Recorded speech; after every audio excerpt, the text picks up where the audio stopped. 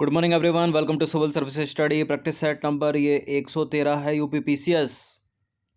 तो ये हर 23 के लिए टेस्ट सीरीज चल रही है और काफ़ी दिन से हम हिस्ट्री इसमें कवर कर रहे हैं। ठीक है, भारत में यूरोपियों का आगमन हो चुका है और भारत पर ब्रिटिश विजय का एक टेस्ट वीडियो हो चुका है। ये सेकंड है, मतलब भाग 2 है। कम से कम 2-3 और आएंगे तब जाके कंप्लीट होगा ये। तो चलिए स्टार्ट करते हैं, उसी के आगे से कंटिन्यू करेंगे जहाँ तक हो चुका था। इन सभी टेस्ट का फुल टेस्ट सीरीज प्राप्त कर सकते हो, डिस्क्रिप्शन बॉक्स में नंबर है, उस पर कॉल या व्हाट्सअप करके। तो पहला प्रश्न है, इनमें से किसी एक की बात हो रही है। वह अपनी सेना का गठन यूरोपीय पद्धति पर करना चाहता था। उसने कंपनी को बर्धमान, चटगांव, मिदनापुर जिले दिए। वह 1762 में अपनी राजधानी मुर्शिदाबाद से मुंगेर ले गया। अगर कल का टेस्ट देखोगे तो इस लाइन से पकड़ लोगे इसका आंसर। उसने तोड़दार बंदूकें यानी मैच लॉक गन बनाने की फैक्ट्री भी लगवाई। आपको बताना है कि उपरोक्त कथन निम्नलिखित में से किस शासक के संदर्भ में कहे गए हैं। कौन है जो अपनी राजधानी मुर्शिदाबाद से मुंगेर ले गया था? मुर्शीद कुली खां, मीर जाफर, मीर कासिम या फिर वाजिद अली शाह। और उसने अपनी सेना का गठन यूरोपीय पद्धति पर करना चाहता था वो। ठीक है, और कंपनी को बर्धमान, चटगांव, मिदनापुर जिले दिए उसने। 1762 में राजधानी मुर्शिदाबाद से मुंगेर ले गया अपनी, और तोड़दार बंदूकें बनाने की फैक्ट्री लगवाई वो था मीर कासिम। देखिए, 1762 में मीर कासिम ने अपनी राजधानी मुर्शिदाबाद से मुंगेर स्थानांतरित की। मुंगेर में अंग्रेजों का प्रभाव कम था। व्यापारिक विशेषाधिकारों के प्रश्न पर मीर कासिम एवं कंपनी के मध्य जो है संघर्ष शुरू हो गया, और कंपनी ने 1763 में मीर कासिम को अपदस्थ करके मीर जाफर को फिर से नवाब बना दिया। ये नंबर है, इस पर कॉल या व्हाट्सअप करके फुल टेस्ट सीरीज और पेड पीडीएफ प्राप्त कर सकते हो आप। दूसरा प्रश्न डुप्ले से रिलेटेड है। डुप्ले के संदर्भ में दो कथन है, बताना कि इनमें से कौन सा सत्य होगा। डुप्ले को 1730 में चंद्रनगर का गवर्नर नियुक्त किया गया। डुप्ले यूरोपीय सेनाओं को भारतीय राज दरबारों में भारतीय खर्च पर नियुक्त करवाने तथा भारतीय राजनीति में हस्तक्षेप करने पर विचार करने वाला पहला यूरोपीय था। बिल्कुल ये करेक्ट है, दोनों के दोनों स्टेटमेंट डुप्ले के बारे में सी है इसका आंसर। देखिए, डुप्ले को 1730 में चंद्रनगर का गवर्नर नियुक्त किया गया और 1750 में दक्कन के सूबेदार मुजफ्फर जंग ने डुप्ले को कृष्णा नदी तथा कन्याकुमारी के बीच के समस्त प्रदेश का नवाब नियुक्त किया।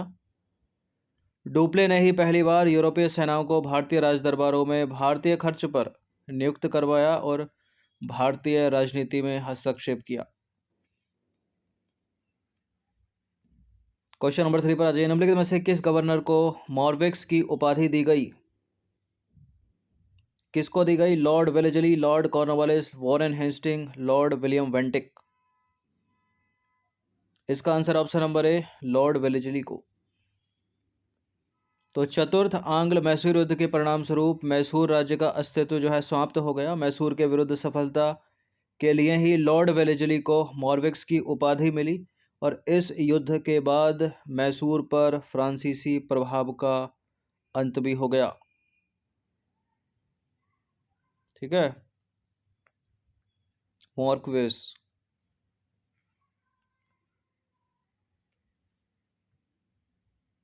क्वेश्चन नंबर 4 पर आ जाइए। अंग्रेजों तथा मराठों के मध्य हुई सालवाई की संधि के संदर्भ में निम्नलिखित कथनों पर विचार कीजिए। यह संधि 1782 में वॉरेन हेस्टिंग और नाना फडणवीस के बीच हुई, और इस संधि में सिंधिया को उसके सभी क्षेत्र लौटा दिए गए। बिल्कुल ये करेक्ट है, दोनों के दोनों स्टेटमेंट सालवाई की संधि के बारे में सी है इसका आंसर। तो सालवाई की संधि प्रथम अंग्रेज मराठा युद्ध या प्रथम आंग्ल मराठा युद्ध के परिणाम स्वरूप हुई, और सिंधिया ने अंग्रेजों तथा मराठों के बीच मध्यस्थ की भूमिका निभाई। किसने? सिंधिया ने।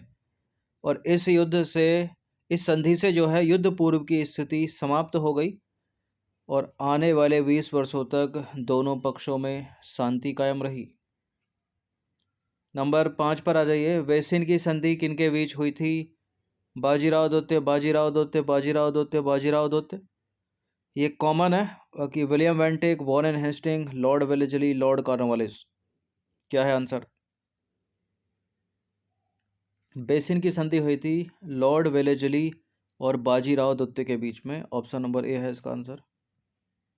तो बेसिन की संधि बेलेजली और बाजीराव द्वितीय के मध्य हुई और इस संधि के तहत कंपनी को सूरत नगर मिला। निजाम तथा गायकवाड़ शासकों के साथ झगड़े में कंपनी की मध्यस्थता स्वीकार कर ली और द्वितीय आंग्ल मराठा युद्ध मुख्यतः भारत में फ्रांसीसियों को रोकने के लिए लॉर्ड वेलेजली के प्रयासों के कारण हुआ। और इस संधि की प्रमुख शर्त यह थी कि अन्य राज्यों से संबंध स्थापित करने के सारे अधिकार पेशवा ने कंपनी के अधीन कर दिए और अंग्रेज विरोधी अन्य यूरोपीय लोगों को अपनी सेना से जो है निवृत्त करना स्वीकार किया। क्वेश्चन नंबर 6 पर आ जाइए। तृतीय आंग्ल मराठा वॉर के संदर्भ में निम्नलिखित कथनों पर विचार कीजिए। इस युद्ध के समय लॉर्ड कॉर्नवालिस गवर्नर जनरल था और हेस्टिंग के पिंडारियों के विरुद्ध अभियान से मराठों के प्रभुत्व को चुनौती मिली और यही इस युद्ध का तात्कालिक कारण भी सिद्ध हुआ। यहाँ हेस्टिंग लिखा है, यहाँ कॉर्नवालिस लिखा है, तो पक्का एक असत्य है इनमें से। ठीक है, देखिए 1816-17 की बात हो रही है और ये समय लॉर्ड कॉर्नवालिस का नहीं है, तो गलत है पहला वाला स्टेटमेंट। इससे पहला समय उसका, दूसरा वाला सही है। और असत्य ही ढूंढना है तो पहला वाला करेक्ट हो जाएगा, यानी लॉर्ड हेस्टिंग आना चाहिए वहाँ कॉर्नवालिस की जगह। तो इस युद्ध के समय लॉर्ड हेस्टिंग गवर्नर जनरल था। किस युद्ध के समय? तीसरे आंग्ल मराठा युद्ध के समय, जो 1817 से 1819 के बीच हुआ। ठीक है, लॉर्ड हेस्टिंग का समय है। इस युद्ध का प्रमुख तात्कालिक कारण क्या था? लॉर्ड हेस्टिंग का पिंडारियों के विरुद्ध अभियान। और इस अभियान के दौरान हेस्टिंग ने पेशवा, सिंधिया तथा भोसले को अपमानजनक संधियां करने पर बाध्य किया। विवश होकर मराठों ने अंग्रेजों से मुक्ति के लिए अंतिम प्रयत्न किया, किंतु अंग्रेजों ने पेशवा को किरकी में, भोसले को सीताबर्डी में तथा होलकर को महीदपुर नामक स्थान पर परास्त कर दिया।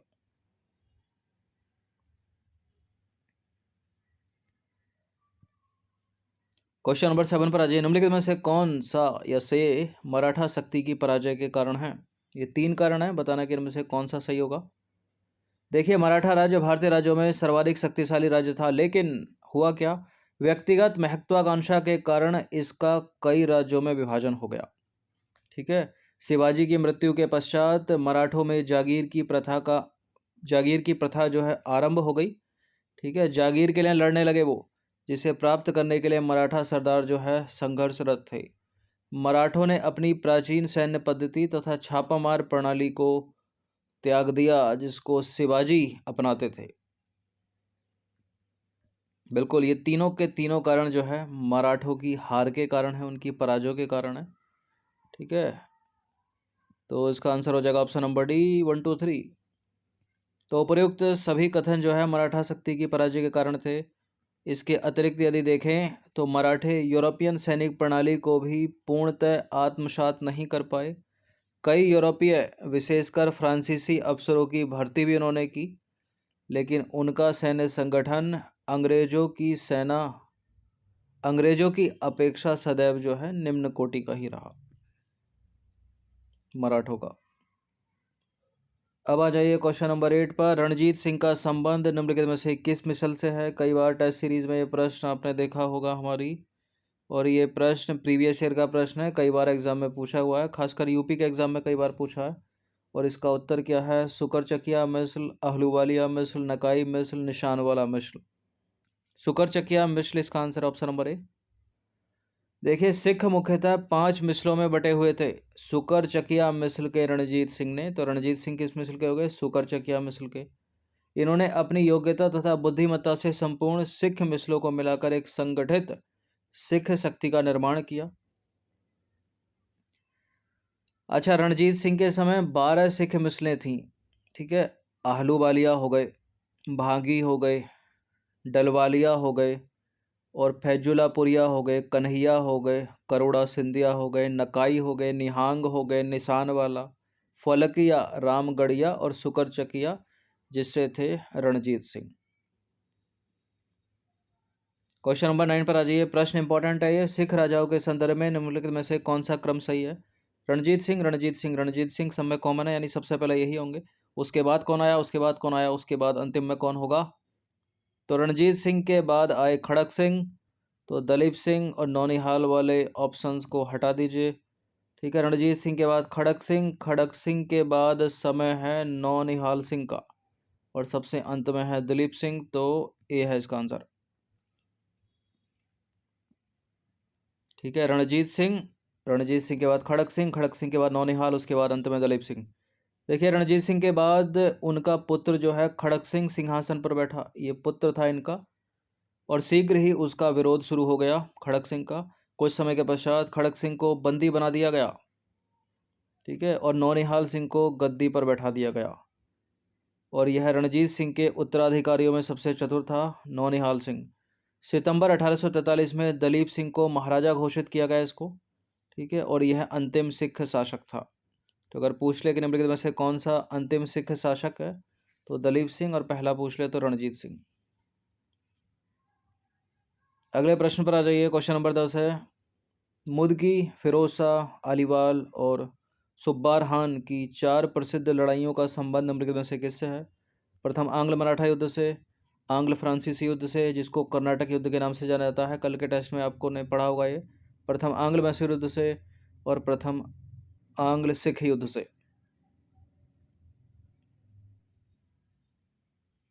मुदकी, फिरोज शाह, अलीवाल तथा सुब्बारान की 4 प्रसिद्ध लड़ाइयों का संबंध है किससे? प्रथम आंग्ल सिख युद्ध से। ऑप्शन नंबर डी है इसका आंसर।